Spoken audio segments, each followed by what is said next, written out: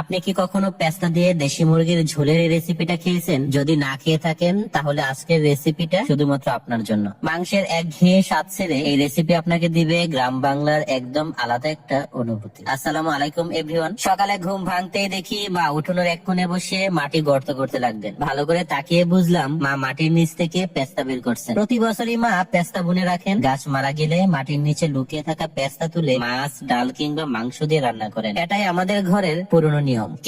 কিন্তু এবছর মায়ের ভাগ্যটা একটু ভালো না। মাটি খুঁড়িয়ে খুব অল্প কিছু পেস্তাই পেলেন মা। তবুও মা থামলেন না। ভাবলেন আজ নিজের পালা দেশি মুরগি দিয়ে এই পেস্তার একটা রেসিপি করবেন। জবাই করার পর মুরগিটা কেটে টুকরো টুকরো করে খুব যত্ন করে পরিষ্কার করলেন মা। মুরগির পেটে ছিল অনেকগুলো ডিম, হয়তো আর দু একদিন পর থেকেই ডিম পাড়া শুরু করতো। কিন্তু গ্রাম বাংলার রান্নায় এসব ভাবনার মাঝেও হাড়ির আঁচ থেমে থাকে না। মাংস পরিষ্কার করার পর ছোট বোন অনেকগুলো পেঁয়াজ কুচি করে দিল। নতুন পেঁয়াজটা একটু শক্ত হওয়ায় মা সবসময় কুচি করার পর সেচে নেন। মায়ের অভিজ্ঞতা, এতে পেঁয়াজ তাড়াতাড়ি ভাজা হয় আর ঝুলে সুন্দর করে মিশে যায়। পেঁয়াজটা গুলো মা আলাদা করে ভালোভাবে পরিষ্কার করে নিলেন। মশলা হিসেবে নিলেন তেজপাতা, এলাচ, দারুচিনি, লবঙ্গ আর কয়েকটা গোলমরিচ। মশলা গুছাতে গিয়ে দেখেন আদা বাটা নিয়ে এক মুহূর্ত দেরি করলেন। শিলপাটায় কাঁচা আদা আর সামান্য জিরা নিজ হাতে বেটে নিলেন। চুলায় কড়াই বসানো হলো। কড়াই গরম হতেই দিলেন তেল। তারপর একসাথে ঢেলে দিলেন চেঁচা পেঁয়াজ কুচি। পেঁয়াজ ছিল অনেকটা পরিমাণে, কারণ ভালো ঝোল মানেই ভালো পেঁয়াজ। নেড়ে চেড়ে ভালো করে ভাজতে লাগলেন মা।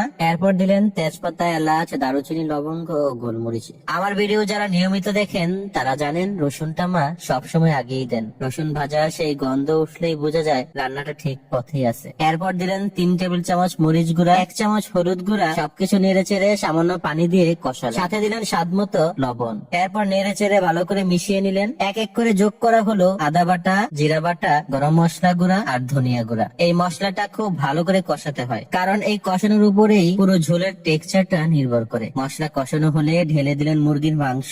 আমরা যারা গ্রামে থাকি তাদের মায়েরা একটু কষ্ট করে 2-4টা মুরগি পালন করলেই আমিষের চাহিদাটা কিন্তু ঠিকই পূরণ হয়ে যায়। আমার মা আগে না পারলেও এখন নিজ হাতে মুরগি পালন করেন। সামান্য পানি দিয়ে ঢাকনা চাপা দিয়ে আবার কষাতে লাগলেন। কিছুক্ষণ পর ঢাকনা খুলে কেটে রাখা পেস্তার টুকরোগুলো দিয়ে দিলেন মা। পেস্তা দিয়ে মাছের তরকারি, ডাল কিংবা মাংসের ঝোল সবই কিন্তু দারুণ স্বাদের হয়। প্রতি বছর অন্তত একবার হলেও মা এই রেসিপিটা করেনি। ভালো করে কষানো হলে পরিমাণ মতো ঝোল দিলেন। আবার ঢাকনা চাপা দিয়ে রান্না চলতে থাকলো। কড়াইয়ের ভেতর তখন ঝোল ফুটে ওঠার শব্দ, শুধু সেই শব্দেই মনটা ভরে যায়। মা বলছিলেন এই পেস্তার জাতটা খুব ভালো আর নরম, অল্পতেই সেদ্ধ হয়ে ক্ষয়ে যায়। কড়াইয়ের ভেতরেও তাই দেখা যাচ্ছিল। ঝোলটা গাঢ় হয়ে উঠলো। রান্না হয়ে গেলে মা কড়াই নামিয়ে নিলেন। ঝোল হয়েছিল বেশ ভালো পরিমাণে। আমি প্লেট নিয়ে আসতেই মা নিজ হাতে পাতে তুলে দিলেন। আচ্ছা, আজকের ভিডিওটা আপনাদের কাছে কেমন লাগলো অবশ্যই কমেন্টে জানাবেন। ভালো লাগলে অবশ্যই ভিডিওটি শেয়ার করবেন। আর যারা এখনো আমার পেজটি ফলো করেননি, গ্রাম বাংলার এমন ভুলে যাওয়া রেসিপির জন্য পেজটা অবশ্যই ফলো করতে ভুলবেন না। সবাই ভালো থাকবেন, সুস্থ থাকবেন। আল্লাহ হাফেজ।